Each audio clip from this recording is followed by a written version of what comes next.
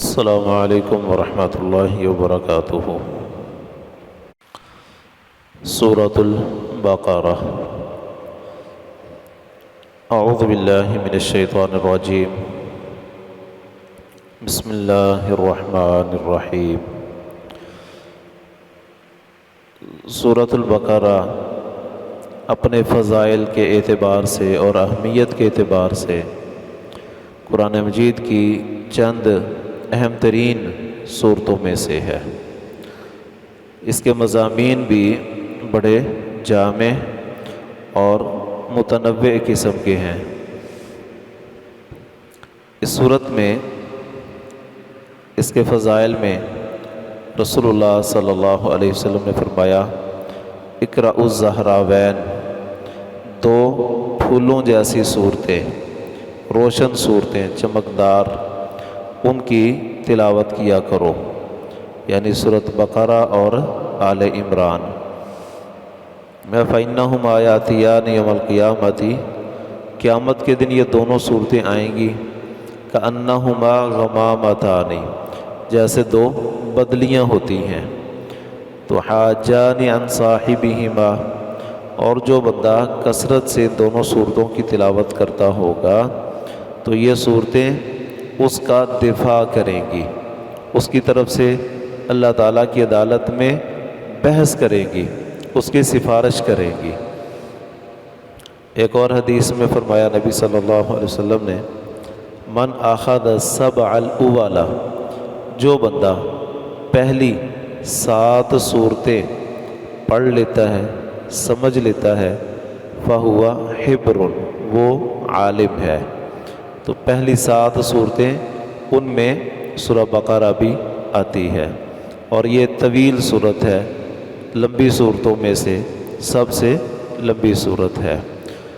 تو اسی کے بارے میں ایک اور حدیث میں فرمایا نبی صلی اللہ علیہ وسلم نے کہ سورہ بقرہ پڑھا کرو، فَإِنَّ أَخْذَهَا بَرَكَةٌ، سورہ بقرہ کو پڑھنا، اس کو سیکھنا برکت کا باعث ہے، وَتَرْكَهَا حَسْرَةٌ، اور اس کو چھوڑ دینا، سورہ بقرہ کی طرف سے پہلو تہی اختیار کرنا، یہ حسرت اور ندامت کا باعث ہے، پریشانی کا باعث ہے۔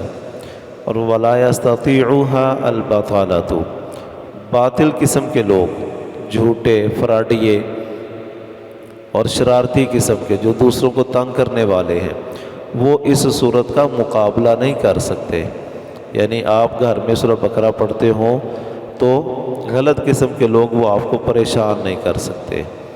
اس کی وضاحت ایک اور حدیث میں آتی ہے، رسول اللہ صلی اللہ علیہ وسلم نے فرمایا، لا تجعلوا بیوتکم مقابر، اپنے گھروں کو قبرستان نہ بناؤ۔ کیسے؟ میں اپنے گھروں میں سورہ بقرہ کی تلاوت کیا کروں، اور جس گھر میں سورہ بقرہ کی تلاوت ہوتی ہے وہاں سے شیطان بھاگ جاتا ہے۔ ایک حدیث میں لا یدخلہ، اس گھر میں داخل نہیں ہو سکتا۔ تو دونوں حدیثوں کو ملائیں تو معنی یہ بنتا ہے، اگر کوئی گھر پہلے سے شیاطین کے حملوں سے بچا ہوا ہے، اگر وہ اس کو پڑھنا اپنا معمول بنا لیں تو وہ آئندہ کے لیے بھی محفوظ ہو جائیں گے۔ اور وہ گھر جن میں شیاطین کے اثرات موجود ہیں، اگر وہ لوگ اس کو پڑھنا شروع کر دیں تو ینفروا منہ، یہ وہاں سے نکل جائیں گے، بھاگ جائیں گے۔ تو یہ ساری احادیث اس سورۃ البقرہ کی فضیلت کے بارے میں۔ ایک اور حدیث میں نبی صلی اللہ علیہ وسلم نے سورۃ بقرہ کو قرآن مجید کی کوہان قرار دیا ہے، فإنہا سنام القرآن، قرآن کی کوہان ہے یہ۔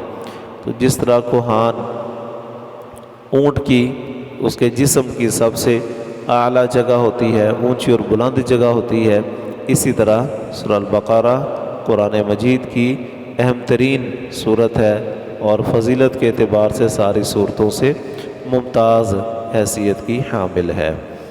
اور یہ صورت، اس میں بنی اسرائیل کا قصہ ہے بڑا طویل، ان کے عادات، ان کے اطوار، اور خاص طور پر یہودیوں کی ہلاکت کے جو اسباب ہیں، ان کی جو عادات سیئہ ہیں، ان کا ذکر ہے۔ پھر اس میں اونٹ، گائے، بکری، ان کا بھی اس میں کچھ تھوڑا بہت ذکر ہے، لیکن گائے کا ذرا ایک واقعہ اس میں تفصیل کے ساتھ بیان ہوا، اس مناسبت سے اس کو سورت کا نام ہی البقرہ رکھ دیا گیا ہے۔ سورت فاتحہ میں دعا کی تھی اہدنا الصراط المستقیم، اے اللہ ہماری رہنمائی فرما صراط مستقیم کی طرف۔ تو سورہ بقرہ کے آغاز میں اللہ تعالیٰ نے قرآن مجید کا تعارف کرواتے ہوئے کہا ھدی للمتقین، تمہیں ہدایت چاہیے، تم نے ہدایت کی دعا کی تھی، تو یہ ہے قرآن ہدایت۔ تو گویا یہ جواب ہے آدمی انسان اس کی دعا کا کہ اس نے ہدایت کا اللہ تعالیٰ سے درخواست کی تھی ہدایت کی، اللہ تعالیٰ نے اس کی درخواست قبول کرتے ہوئے ہدایت کے لیے سورہ بقرہ نازل کر دی ہے۔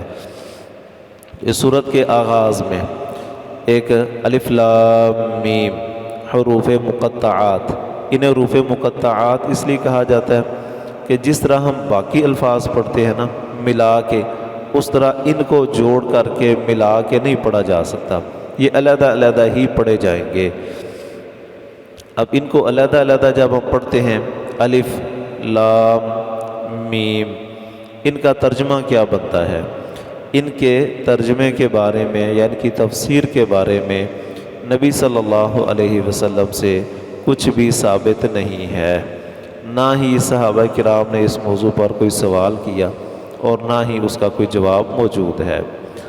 تو زیادہ مناسب بات جو محققین نے یا مفسرین نے لکھی ہے وہ یہی ہے کہ اس کے ذریعے در حقیقت اللہ تعالیٰ نے چیلنج کیا ہے منکرین کو اور معاندین کو کہ یہ قرآن جس کے بارے میں تم شک و شبہ میں پڑے ہوئے ہو، یہ وہی قرآن ہے، وہی کلام ہے جو انہی حروف تہجی کے ساتھ بنا ہے جن حروف تہجی سے تم عام کلام کرتے ہو۔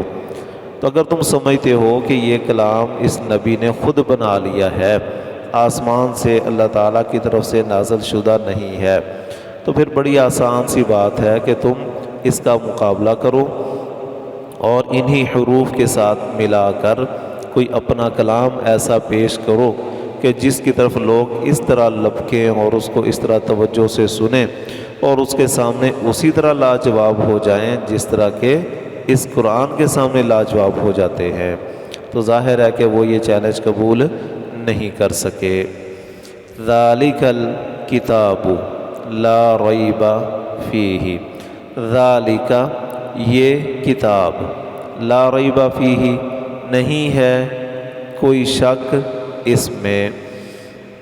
ذالک اشارے کے لیے استعمال ہوتا ہے، کسی چیز کی طرف اشارہ کرنے کے لیے، تو یہ جو اشارہ ہوتا ہے نا قریب کا، اس کے لیے ہوتا ہے ھذا، تو ہونا چاہیے تھا ھذا الکتاب لا ریب فیہ۔ ذالک کا جو اشارہ ہے نا وہ ہوتا ہے دور کے لیے، دور کسی چیز کی طرف اشارہ کرنا ہو تو کہا جاتا ہے ذالک۔ تو قرآن مجید ہمارے سامنے ہے تو کہنا چاہیے تھا نا ھذا الکتاب، ذالک تو ہو گیا کہ وہ کتاب۔ تو کسی چیز کی عظمت کے اظہار کے لیے بھی عربی زبان میں یہ اسلوب چلتا ہے کہ اس کو غائب کر کے، اس کو غائب کے انداز میں بیان کیا جاتا ہے۔ مثال کے طور پر ذالک الکتاب مطلب یہ وہ کتاب ہے، اس کتاب کو معمولی نہ سمجھو، یہ وہ عظیم کتاب ہے کہ لا ریب فیہ، جس میں کوئی شک نہیں ہے۔ تو ریب شک کو کہتے ہیں، اور لا جو ہے نا یہاں پر ایک ہوتا ہے لا نفی کے لیے، اور وہ نفی عام سادہ سی نفی ہوتی ہے، یہ لا ریب اس پر زبر ہے۔ اس زبر نے بتایا کہ یہاں پر یہ جو لا ہے نا یہ نفی جنس کا ہے۔ نفی جنس کا مطلب یہ ہوتا ہے شک و شبہ کی جتنی بھی اقسام ہو سکتی ہیں، تھوڑا شک، زیادہ شک، یا شک میں بھی مختلف صورتیں، اس کتاب کے اللہ کا کلام ہونے میں کوئی شک ہو سکتا ہو، یا اس کتاب کے مضامین کے جھوٹے ہونے میں یا سچے ہونے میں کوئی شک ہو، یا اس کتاب پر عمل کرنے کے نتیجے میں کامیابی ملنے کے بارے میں کوئی شک ہو، کہا لا ریب، کسی بھی قسم کا شک اس کتاب کے بارے میں نہیں کیا جا سکتا ہے۔ ھدی للمتقین، یہ ہدایت ہے، رہنمائی ہے، للمتقین، متقین کے لیے۔ کہیں اللہ تعالیٰ نے اس کتاب کو ھدی للناس قرار دیا ہے، قرآن مجید میں کئی مقامات پر ھدی للناس، اور یہاں ھدی للمتقین۔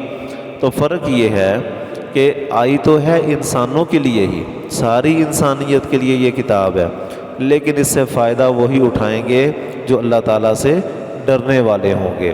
اس کی مثال یوں ہی ہے کہ جس طرح دن روشن ہے، سورج طلوع ہو چکا ہے، بہت روشنی ہے، لیکن روشنی سے فائدہ وہ اٹھائے گا جس کی اپنی آنکھوں میں روشنی موجود ہوگی، جو خود بینا ہوگا، وگرنہ سورج تو طلوع ہوتا ہی ہے، لیکن نابینا کو اس سورج کے طلوع ہونے کا کوئی فائدہ نہیں ہے۔